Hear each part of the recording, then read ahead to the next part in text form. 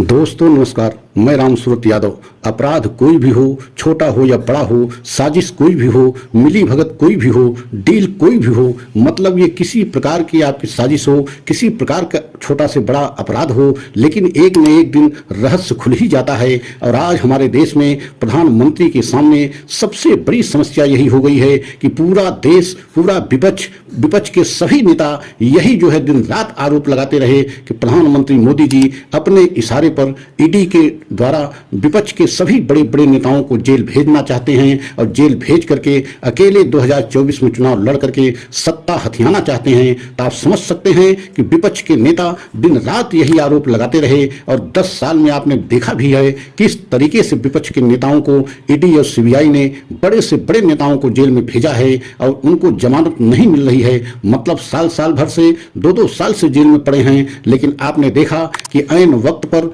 चुनाव से पहले, मतलब चुनाव अभी शुरू नहीं हुआ, एक भी चरण का चुनाव नहीं हुआ है, उससे पहले क्या ईडी और प्रधानमंत्री मोदी की मिली भगत पूरे देश के सामने खुल गई है। पूरा रहस्य और राज पूरे देश के सामने आ गया है। आज हम इसी पर खुलासा करेंगे। लेकिन आपसे निवेदन है, अनुरोध है कि अगर हमारे चैनल पर पहली बार हैं तो चैनल को लाइक सब्सक्राइब करें, वीडियो को अंत तक जरूर देखें। अभी आपने देखा है कि 10-15 दिन पहले जो है अरविंद केजरीवाल की गिरफ्तारी हुई और यह गिरफ्तारी हमारे देश के ही मुद्दा नहीं बना बल्कि अंतर्राष्ट्रीय मुद्दा बन गया।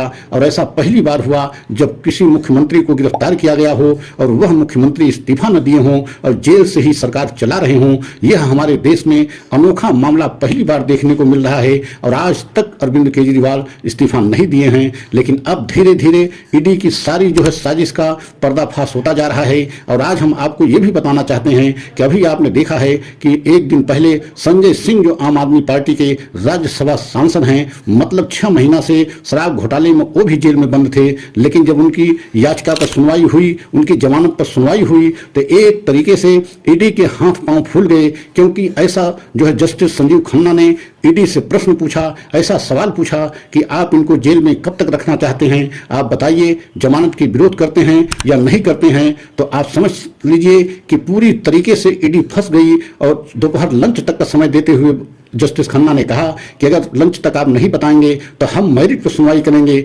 मतलब आज ही पूरी तरीके से शराब घोटाले का पूरा पर्दाफाश हो जाएगा और हम फाइनल जो है डिसीजन लेंगे। और ईडी ने एकदम हड़बड़ा करके, परेशान होकर के कि पूरा एक तरीके से बना बनाया खेल जो शराब घोटाले का है वह आज खत्म हो जाएगा।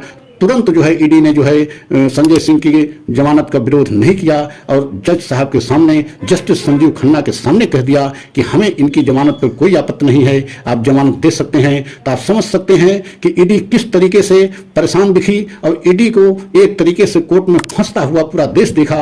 और अभी आपने देखा अरविंद केजरीवाल के मामले में जब हाईकोर्ट में सुनवाई हो रही थी तो किस तरीके से जो है अभिषेक मनु सिंघवी जो अरविंद केजरीवाल के वकील थे, उन्होंने कितने संगीन आरोप लगाए कि मतलब एक तरीके से चुनाव को बाधित करने के लिए और चुनाव में कोई बड़ा नेता न रह जाए, इसके वजह से जो है एक चुनावी और साजिश जो है सियासत को लेकर के इतना गंभीर आरोप जो है अभिषेक मनु सिंघवी ने लगाए कि अरविंद केजरीवाल को जेल भेजने का मकसद शराब घोटाले से है ही नहीं। केवल अरविंद केजरीवाल को जेल इसलिए भेजा गया है कि वो बाहर न रहें और चुनाव आराम से प्रधानमंत्री मोदी जी जीत जाएं। तो आप समझ सकते हैं कि वहां भी ईडी एकदम बैकफुट पे दिखी। और अब मामला जो है अभी फैसला आया नहीं है, सुरक्षित है, ये देखना होगा कि हाईकोर्ट का फैसला क्या आता है।